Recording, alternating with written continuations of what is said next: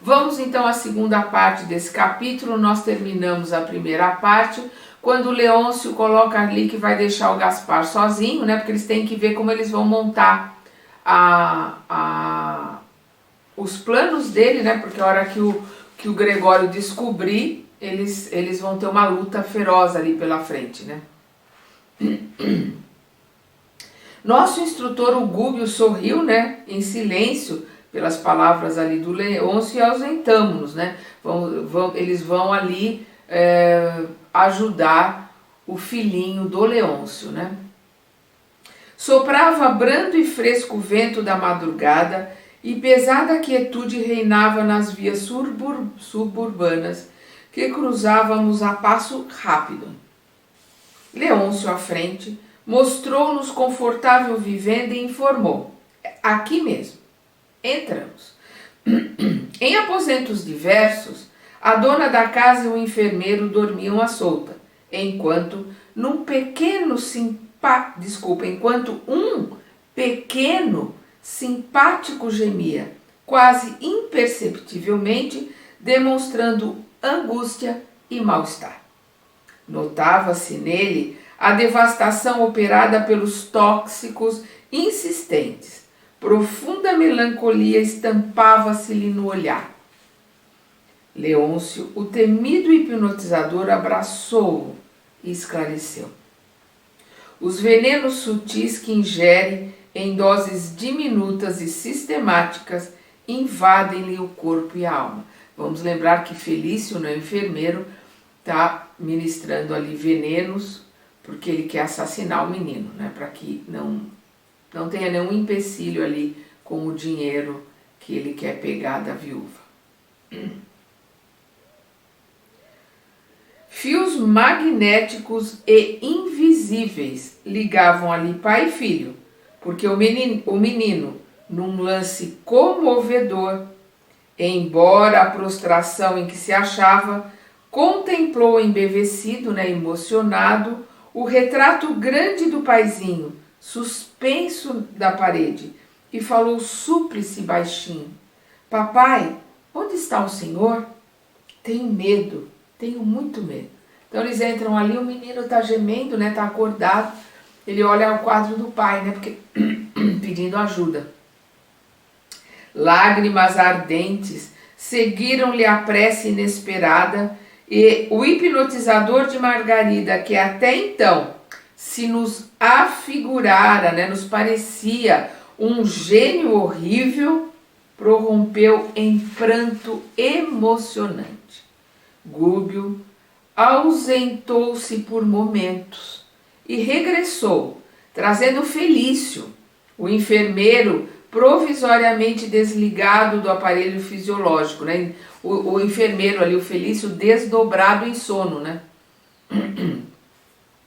O rapaz, não obstante semi-inconsciente, ao avistar Eloy junto do doentinho, vamos lembrar que o Eloy é irmão do Felício, né? Irmão desencarnado do Felício.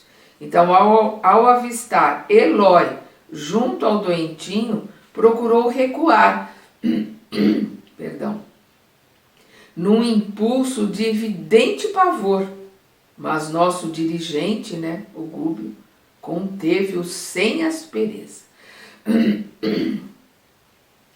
Meu colega abeirou-se dele, já de fisionomia transfigurada, buscando dirigir-lhe a palavra. Então o Eloy chegou perto do irmão e ia falar com ele. O instrutor, o Gúbio,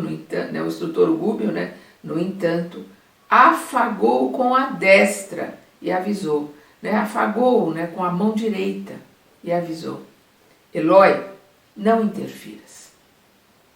Não te encontras em condições sentimentais de operar com êxito, de trabalhar com êxito, né? Porque ele está ali bravo com o irmão, né? Transtornado de saber que o irmão está planejando ali matar uma criança. Então ele não está em condições de trabalhar, né? Por causa da emotividade que vai nele ali naquela hora. Aí o Gúbio continua: a indignação afetiva denunciar-te-ia a inabilidade provisória para atenderes a este gênero de serviço. Atuarás no fim. Eu falou para ele, você não está em condições, agora você não tem condições, mas no fim você vai poder ajudar. Em seguida, Gúbio aplicou passes de despertamento em Felício. Então nós já vimos ele realizar isso aqui antes, né? O que é o despertamento? Ele deu passes no Felício para que ele ficasse... Perdão.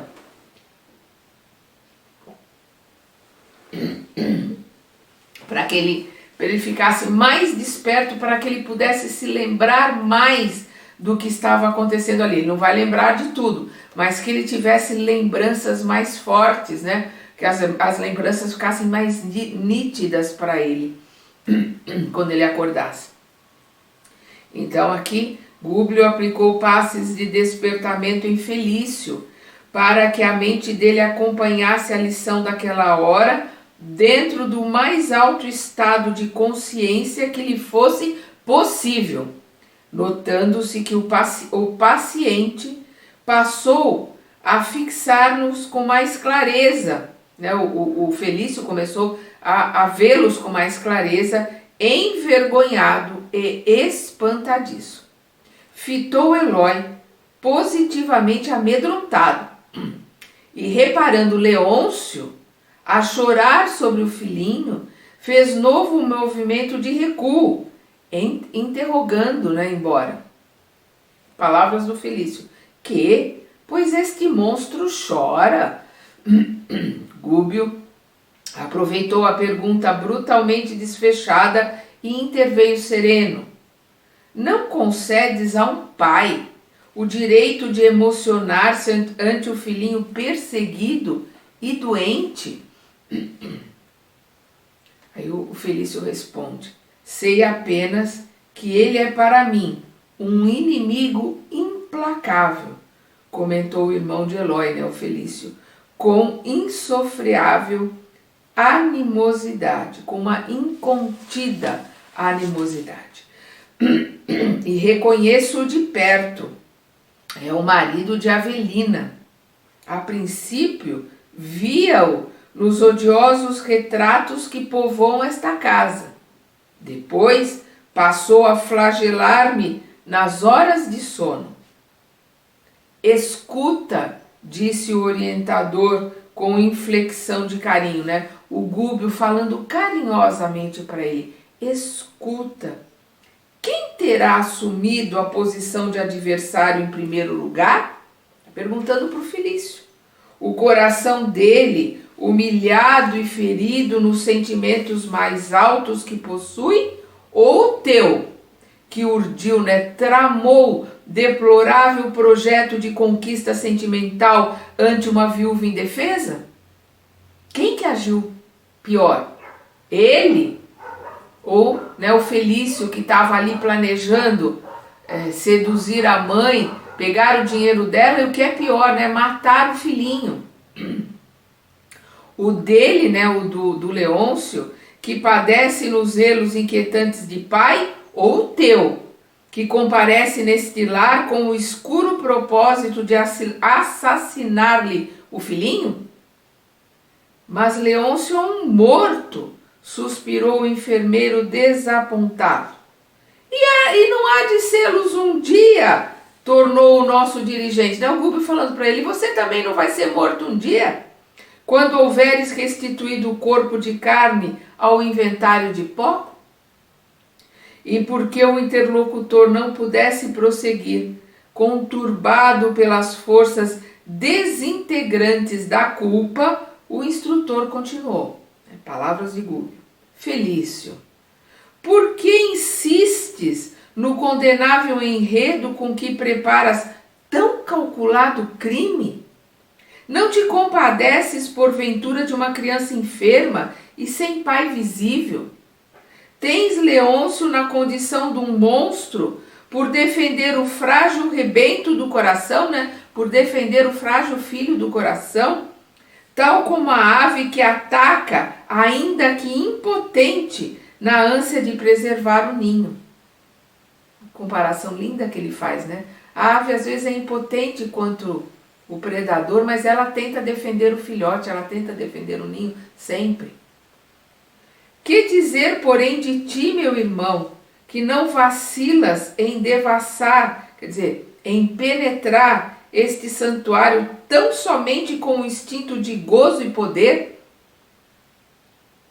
Como interpretar-te o gesto lastimável de enfermeiro que se vale do divino dom de aliviar e curar para perturbar e ferir?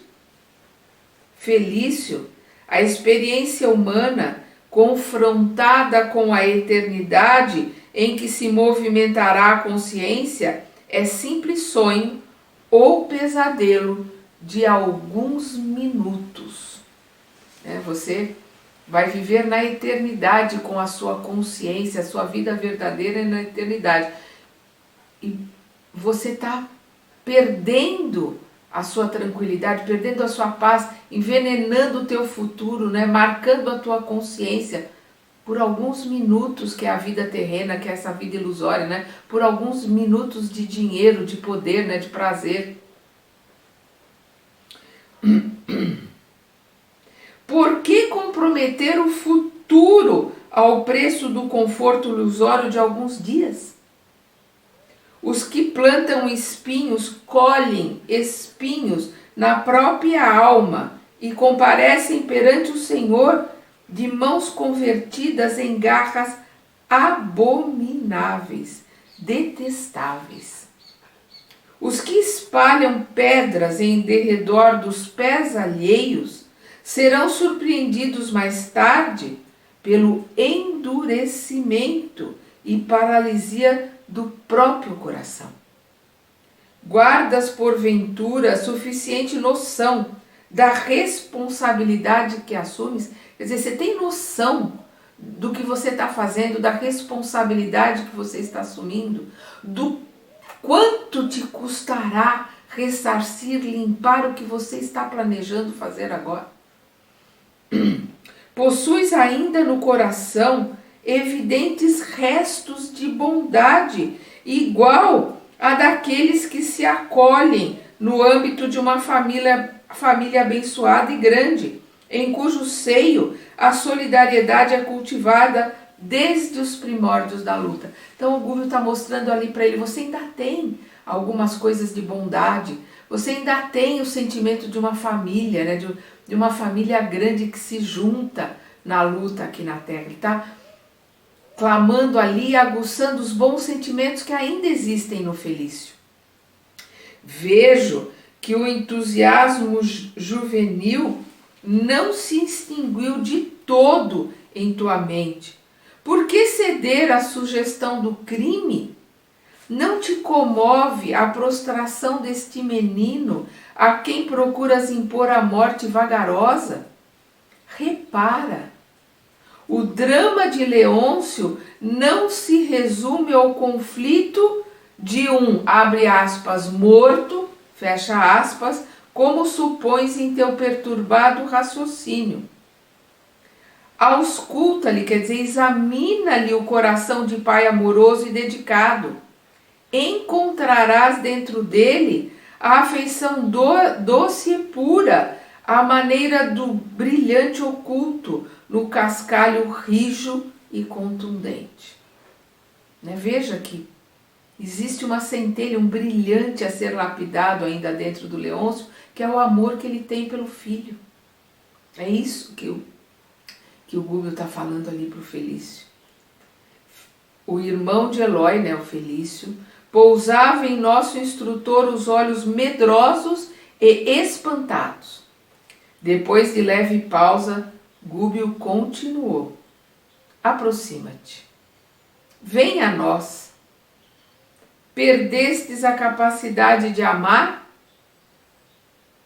Leôncio é teu amigo, nosso irmão.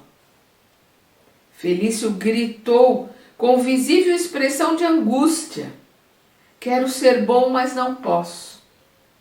Tento melhorar-me e não consigo. Então ali ele mostrou que existia aquela luta que existia dentro dele, né? Que ele queria ser bom e não conseguia. De voz entrecortada pelos soluços acrescentou: e o dinheiro? Como resgatarei os débitos contraídos? Sem o casamento com a Avelina, a solução é impraticável. Ele precisa do dinheiro dela para poder pagar as dívidas que ele tem, né? E ali é o que ele está colocando, né?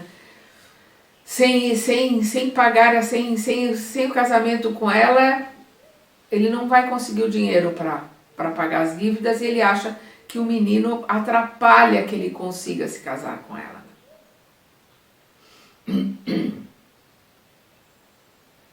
Nosso dirigente abraçou e aduziu e disse, né? O Gubbio abraçou ali paternalmente e disse: e acreditas solver compromissos, né? Saldar, pagar compromissos financeiros, provocando dívidas morais que te atormentarão por tempo indeterminado? Perdão, quer dizer, o Gubbio coloca para ele: você quer pagar dívidas financeiras, né? Contraindo, né, dívidas maiores, dívida que você pode levar séculos para poder saldar, né, para poder pagar.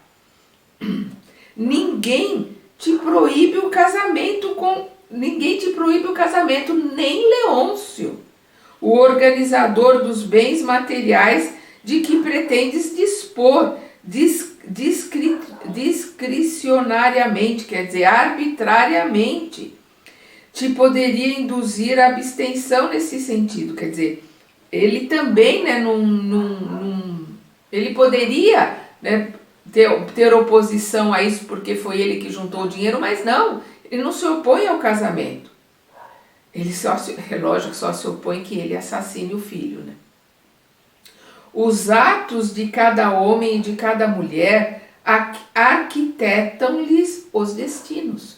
Quer dizer, os teus atos vão montar o teu futuro, o teu destino. Somos responsáveis por todas as deliberações, né, as decisões que perfilharmos, né, que adotarmos ante os programas do Eterno. E não poderíamos interferir em teu livre-arbítrio. Então, o que ele está colocando ali, eles como espíritos elevados, ali só quem interfere em livre-arbítrio são os irmãozinhos instigantes, né? Como Gregório, como Saldanha lá, como obsessor. Eles ali não podem interferir no livre-arbítrio, é o que ele está colocando, né? E não poderíamos interferir em teu livre-arbítrio. Eles não podem interferir no que ele está fazendo.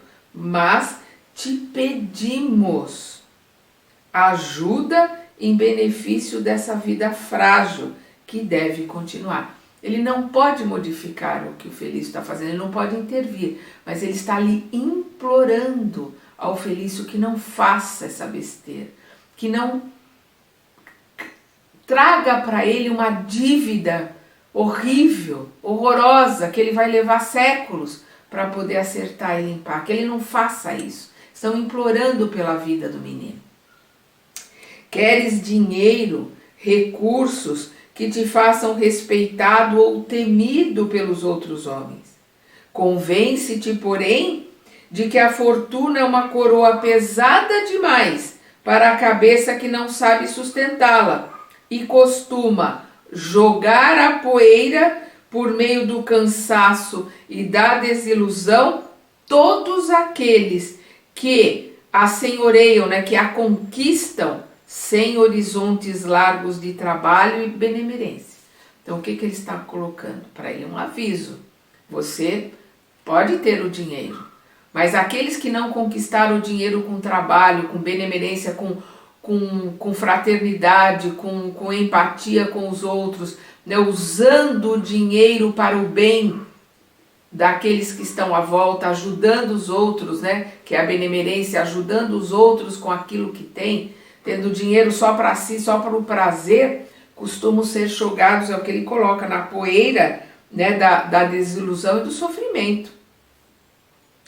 Não importa, pois, que comandes os valiosos depósitos de prata e ouro que Leôncio amontoou inadvertidamente. Né, que o Leôncio amontou inadvertidamente, porque ele está pagando o preço, né, de ter amontoado esse dinheiro com o crime, né, com o mal. Porque aprenderás com os anos que a felicidade não está metida em cofres que a ferrugem consome. Então o Leôncio está lá do outro lado e descobriu o grande erro que foi amealhar o dinheiro através do mal. E ele coloca para ele, né, que ele também, o Felício, né, se continuar nesse caminho, ele também vai sofrer essas consequências e vai descobrir com muita dor, com muito sofrimento, que a felicidade não está metida em cofres que a ferrugem consome. A nossa felicidade é o amor, né? A nossa felicidade é estar junto dos seres que nós amamos. E o Leôncio descobriu muito tarde, né? E principalmente descobriu que ele, trabalhando com o mal, ele não conseguia fazer o bem, não conseguia trazer bem, não conseguia trazer ajuda para o filho. Todavia, Felício, todavia, Felício, né? O Gúbio falando, interessamo-nos por tua promessa em favor desta criança, extenuada de sofrimento. Poupa-lhe o corpo tenro e aguarda o futuro. Não tragas para o reino da morte semelhante delito que te confinaria o espírito, né, que te prenderia, né, o espírito a furnas trevosas de expiação regeneradora. Colocaria o espírito dele lá onde está o Leôncio, nas furnas, né, lá onde o Gregório governa. Ante a interrupção que se impusera natural, Felício quis dizer qualquer coisa para justificar-se, mas não pôde. Perdão.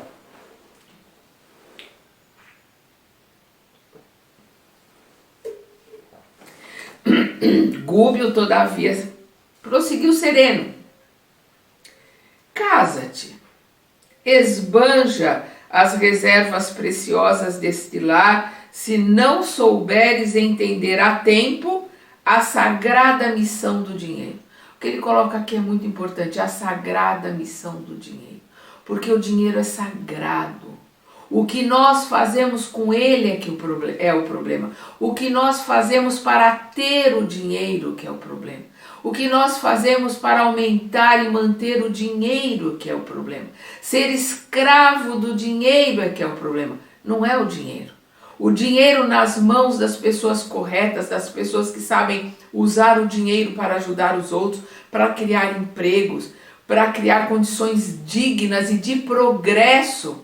Essas pessoas estão exercendo a vontade de Deus, usando o dinheiro para dar trabalho, dar dignidade, dar progresso ao lugar onde elas estão. É para isso que o dinheiro serve. Então é o que ele coloca aqui. Casa-te, esbanja as reservas preciosas deste lar, se não souberes entender a tempo a sagrada missão do dinheiro. Sobe aos píncaros, né, aos cumes da vida social transitória.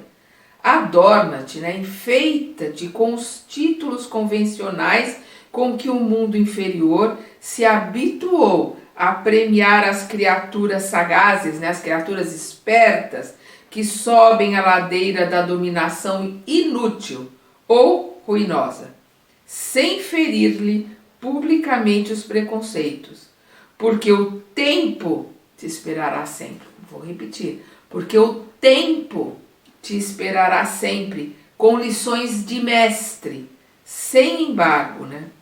Quer dizer, sem embargo. Você não tem como fugir, não tem como sair disso, né? Porém, né, sem embargo, porém, ajuda o pequenino a restabelecer-se. E endereçando com um passivo olhar ao hipnotizador de Margarida, acentuou, né, olhando para o Leôncio, né, com carinho, acrescentou, né, o Gúbio acrescentou. Não é bem isto, Leôncio, quanto desejamos? Sim, confirmou o pobre pai em lágrimas enternecidas. O Leôncio coloca aqui, sim, em lágrimas. O dinheiro não importa. E agora reconheço que a Avelina é tão livre quanto eu mesmo. Quer dizer, ali, vendo tudo aquilo, sentindo, todos os problemas, ele também reconhece que a Avelina não é dele, não pertence a ele, não é uma propriedade. Ela tem tanto direito quanto ele de viver, de ser feliz. Mas se meu filhinho continuar na terra, tenho esperanças em minha própria regeneração. É o que ele está colocando aqui. A Avelina tem o direito de continuar a vida dela. Mas se o filho continuar na terra, ele sabe que ele vai ter mais chance de se regenerar, de se melhorar. Terei nele um companheiro e um amigo ligado à minha memória, em cuja capacidade de servir poderei encontrar bendito campo de serviço espiritual. Este menino, por enquanto, é o único meio de que disponho para retomar a crença no bem de que me havia afastado. Quer dizer, o amor que ele tem por esse filho, o sentimento que ele nutre por essa criança é a única coisa que pode ajudá-lo a se regenerar, ajudá-lo a se afastar do mal, a se modificar. Reconhecendo-lhe o doloroso esforço para falar e rogar naquela hora, Gúbio abraçou-o, ergueu-o e disse, porque ele estava ali, aos prantos, aos pés do filho. Leôncio, Jesus crê na cooperação dos homens, tanto assim que nos tolera as imperfeições renitentes, insistentes, até que aceitemos o imperativo de nossa conversão pessoal ao Supremo Bem. Por que havíamos então de descrer? Jesus crê na nossa cooperação, na nossa união. Jesus nos ama. Jesus, ele quer que acabe o mal, ele não quer que acabe o malfeitor. Então, é o que ele coloca aqui. Por que havíamos então de descrer? Confio na renovação de Felício.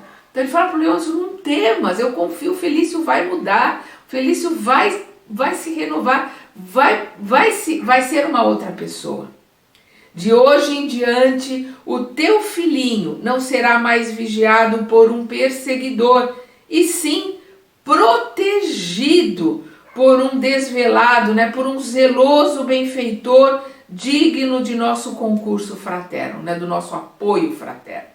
Então ele coloca para o Leôncio, não se preocupe, o Felício vai mudar e o seu filho vai ter alguém que vai cuidar dele. O enfermeiro, vencido por semelhantes palavras, ajoelhou-se diante de nós e jurou. O Felício, ajoelhado ali, jurou as palavras dele. Em nome da justiça divina, prometo amparar esta criança como verdadeiro pai. Olha que coisa linda. Ele colocou ali, eu vou ampará-lo como verdadeiro pai. Em seguida, reergueu-se e tentou beijar as mãos de Gúbio, mas o nosso instrutor, abstendo-se, quer dizer, evitando, delicadamente de receber a homenagem, recomendou a Eloy e a mim, ao Eloy e ao André Luiz,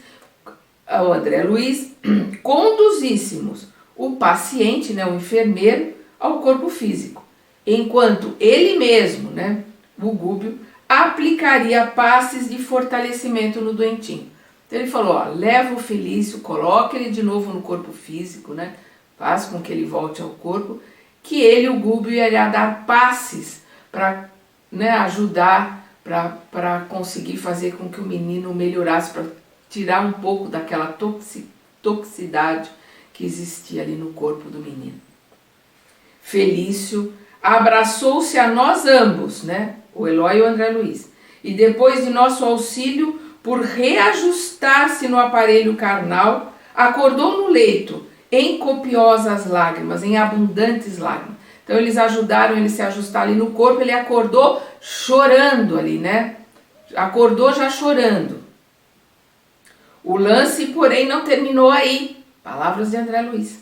Forçando a situação de algum modo, Eloy inoculou-lhe intensa energia magnética à esfera ocular. Então o Eloy projetou uma intensa energia nos olhos, né, do Felício. Então Eloy inoculou-lhe intensa energia magnética à esfera ocular, aos olhos. E o irmão, apalermado, né, abobado, viu-nos ambos por alguns segundos.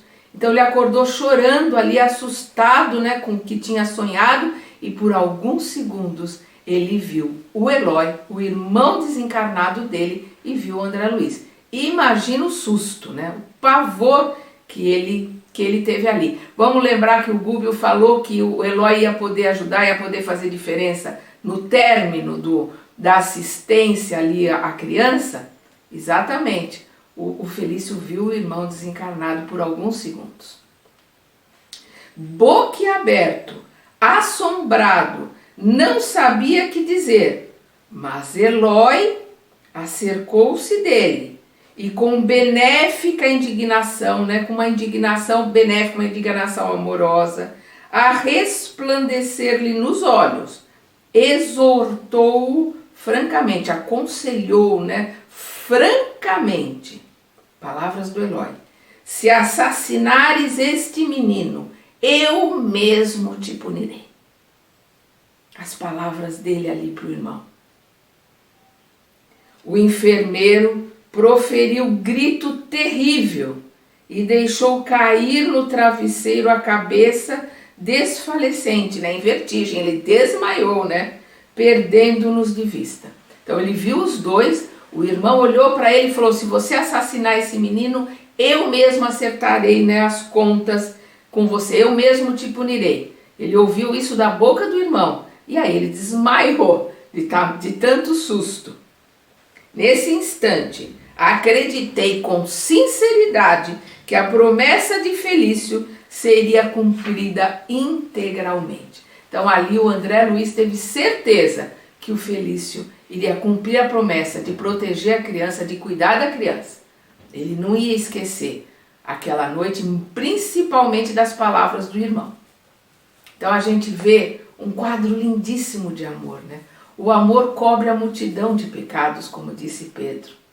É a maravilha da misericórdia de Deus. Então nós vemos que o Gubbio ajudou o Saldanha, e o Saldanha, né, pelo amor, se voltou ali para o lado do Gubbio. Agora o Gubbio ajudando o Leôncio, né, salvando ali o filho dele que iria ser assassinado. Nós vamos ver nos próximos capítulos o Leôncio também, né, vindo para o lado do Gubbio junto com o Saldanha, e agora nós vamos poder começar a ver o trabalho do Gubbio começar, porque o Gubbio veio para a Terra para ajudar a filha do coração, e até agora ele ajudou todos os algozes que estavam ali, né, e através do exemplo, através do amor, através da obra, ele trouxe, ele, né, quebrou o gelo, desmontou o coração desses algozes, fez brotar neles o amor que existia neles. E eles vão, a partir desse momento, passar a ajudá-los. Vamos continuar aprendendo muito com esse livro que é maravilhoso, no próximo capítulo.